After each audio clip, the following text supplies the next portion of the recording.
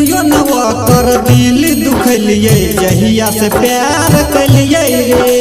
जे जे कहे रहे से ओकरा हम नन कह दिलिए रे।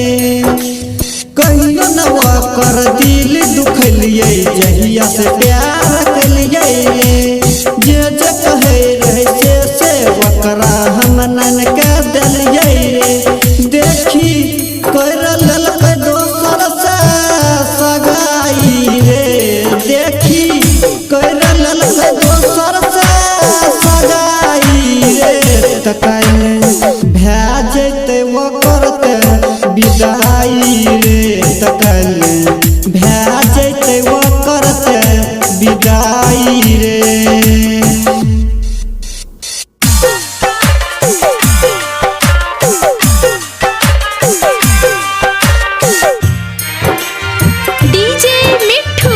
राजा पटसोनी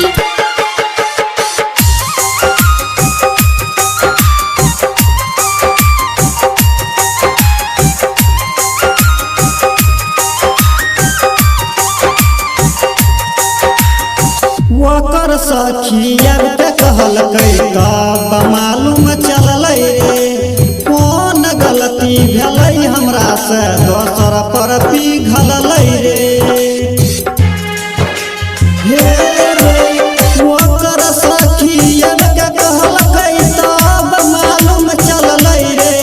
मिलै लगलिए ओकरा से ते हमरा से खूबे लड़लै रे।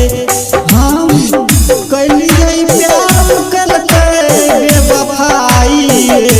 हम कलिए प्यार कलकै बेवफाई रे। तकल भेजते वो करते विदाई रे।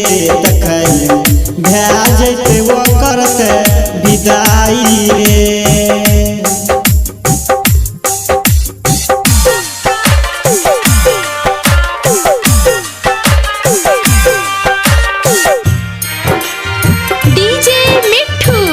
राजा पटसोनी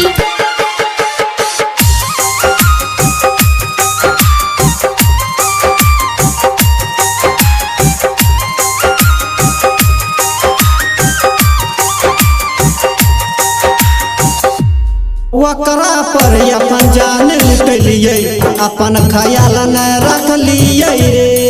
ओकरा छोड़ हम ककरो न तकलिए रे। ओकरा पर अपन जान लुटलिए अपन ख्याल नहीं रखलिए रे। ओकरा छोड़ हम दोसर के नहीं तकलिए रे। अनिल बाबू के दिलकै रोबाई रे।